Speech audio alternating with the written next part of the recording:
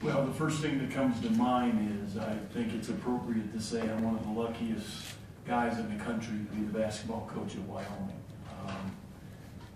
The staff that we've put together and we've been able to maintain has done a fantastic job making all of our lives easier. And of course, when I took ill last year, the most credible piece was that our players gave them the ultimate respect, not just because we won, but because they gave them the ultimate respect and responsibility. I look around at these guys and the team that we put together, and they sort of emblemize what major college basketball is supposed to be about. There's a lot of places that I've been where I'm not sure that was the place. And then an administration, Cowboy Joe included, that really cares about the student athletes and the university. That too is unique. The price that you pay sometimes to attempt to be the best, the price is in the pudding here at Wyoming. They care. You look at the resources that we have now. You look at the time spent getting to know student athletes. That's different. That separates this place. You call it good people. And that's how I feel being here, and I think I speak for my family as well. I'm disappointed that the Mountain West did not allow me to have Jack Benz up here because he deserves to be here. These three guys, they took a chance. They took a chance on Wyoming. They took a chance on us 3.5 years ago. We were not in a place where we were proud to be at that point. What they've done, 60 wins, 4 top 20 wins and a top 5 win in their 3 years, and more importantly, to provide a culture. That culture's laid now, of doing the right thing most of the time. Thank goodness I said most of the time. But I gotta tell you that I'm proud to have them. We have a unique dynamic this year. We have 6 seniors and 5 freshmen. That's odd. The beauty of it is these 6 seniors will all graduate between this winter and May. And we have a young group that I've really been impressed with because they talk about things like development, a process. And you're dealing with a generation that they can get the answer of who won the Kentucky Derby in 1946 in about 2 seconds when they press that Google. These guys have a level of patience, and they're learning. I hear a Lieberman and a Gorski talk about learning from Adams and Grabau. I hear 2 rookie big men, Barnes and Williams, talking about learning from Nance and Cook and Sellers. Those are good things. Those are unique to Wyoming. You do not see that a lot of the places that I've coached. So, yes, we have to get better this year. We have to get better defensive rebounding. We have to get better offensively, screening and having a better IQ of how to use screens. But these guys have, I guess, a golf term. They put us in position to be in position. And yeah, I want to chase a championship at Wyoming. And like the other 365 plus teams in America, we want to get to the dance too. But I think we are mature enough, coaches and players both, that we focus on a mentality of a do. We want to be aggressive every day. We want to have a level of discipline every day. Most important, capital U. We want to be unselfish in everything we do. So I'm proud to be their coach. I hope we can do for you on the floor what the university has done for us with the new facility. At this time, just a reminder to those on the phone, if you want to ask a question, please press 14. At this time, we'll open it up to questions here in the crowd. Larry, this is for you. Obviously, the million-dollar question you've been asked probably a million times, but how's the latest health update? How are things going? And any timetable of when you may be cleared, so to speak, by the doctors? I feel great. It's been 7.5 months. Come here pretty soon, and I feel awesome. I'm getting my confidence back and starting to move a little bit better. But as far as the timetable is concerned, I mean, we don't have one yet. I really just want to take my time with it, be super ultra conservative, and make sure I'm ready to be back whenever I do come back. Riley, team probably didn't finish down the stretch last year the way you guys would have liked. How much did that fuel you guys, your fire going into the offseason and starting this season to turn that around? I think it did fuel us to get better, obviously, but what happened in the past is in the past, and it's a new year, new stadium. I'd just like to thank all the people involved in that. They did a really good job. It's really special and spectacular to go down there every day and practice on that court. So I would just say it's a new year, new coach, new players. We've matured more, so I think it's just a new year and we have to figure that out. Larry and Riley, obviously, Coach mentioned how you guys are two of the three initial, seniors who came in with that first group. I'm wondering what has it been like, coming with very little established and seeing the program change and build and kind of seeing things progress as you've been here going into the season? Well, like you said, it's been interesting watching the change of culture. And we came here and it was a whole new staff, a whole new team that we had been around, and there were a lot of guys that weren't Coach Shyatt's guys. And we had a great season that first year, beat some good teams, and then as it progressed, you could kind of see the culture change from what was a couple 10, maybe 12-win seasons to what we're building now, to a couple 20s in a row, and hopefully continuing that. I think the coaches and everybody in the athletics program has done a great job to change everything, and you can see that now. Other questions? Do you guys feel snubbed at all from these preseason projections, or is it just preseason? I've been around for 40 years. Preseason prognostications really give us a chance to gab for about 24 to 48 hours. Postseason honors are far more significant. I'm pretty sure these guys are mature enough to have the focal point and the mindset to get better every day.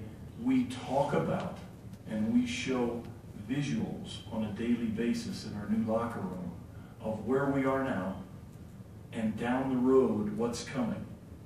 And it's coming, no matter what we worry about or what we think about or what we gab about. So we try our hardest to focus on a daily basis on the now, on the moment. Coach, you've mentioned before how it seems like more and more there's this transfer culture, in Mountain West and in college basketball, and you've done a different thing as far as trying to build from the ground up. And I'm wondering, how has that kind of changed sort of the playing ground when you see so many teams around you that are reloading this year just with new talent, kind of bringing people right in? Well, certainly in basketball, there's no one way to do it. I respect all avenues.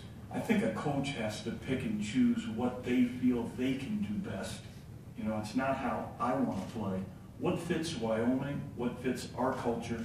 What fits the players that we have? And so I find it far easier to coach guys if I have an idea they're going to be around us and we're going to be around them trying to work and develop them for 4 and 5 years. We too would like to play older, more mature players. We would just like them to be part of the Wyoming family for a longer time.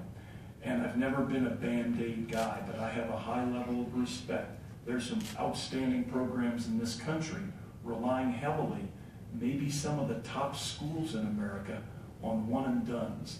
I just don't think it fits our staff, and I don't think it fits Wyoming at this point. Coach Young, Mr. Nance referred to there's no timetable. How do you kind of prepare this team for whether he is or isn't part of this mix this season?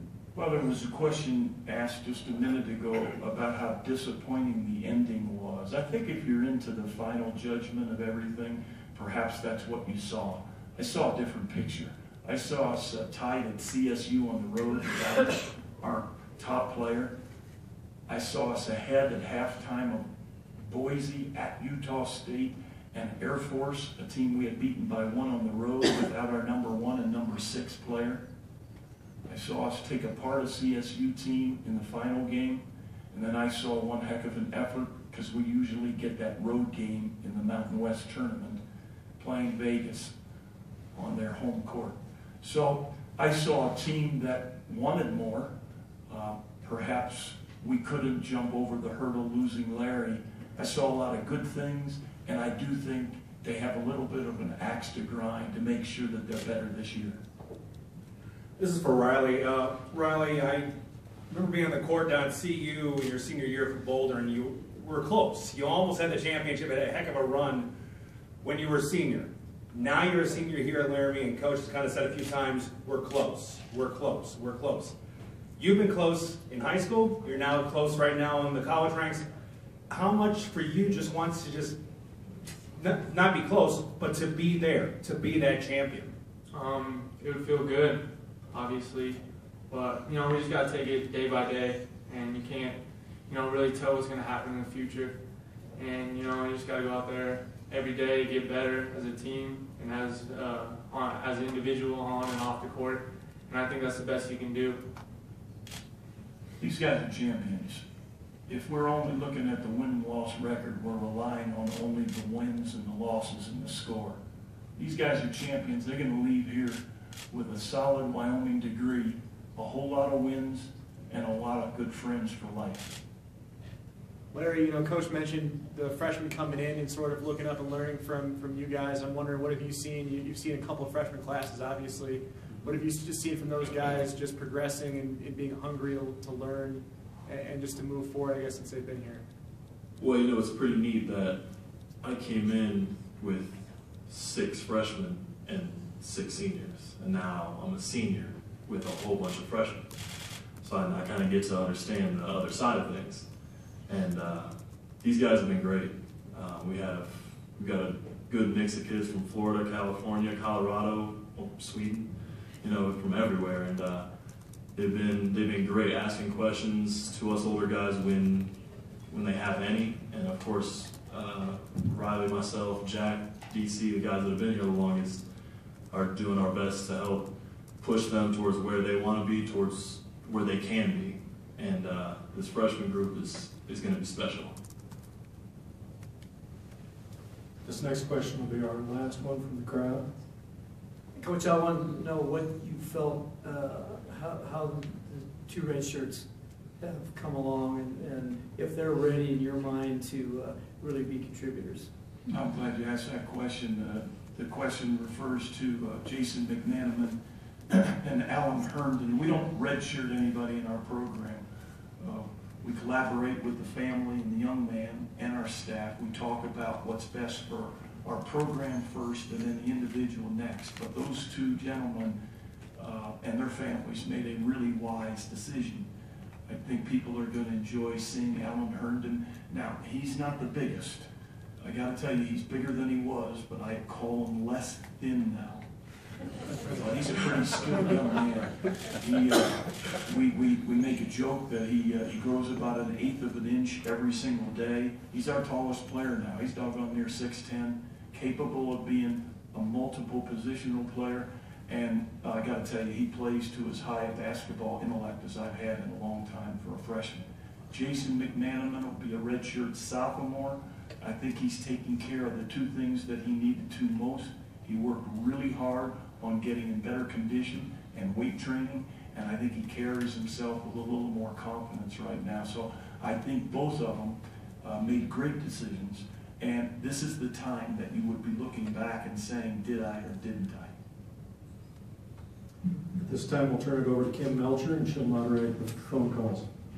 It's for Riley. You had one of the most productive shooting seasons in Wyoming history last year. You led the nation in 3-point percentage at several points throughout the season. What have you done in the off season to just continue playing at that level or exceeding that level going into this year?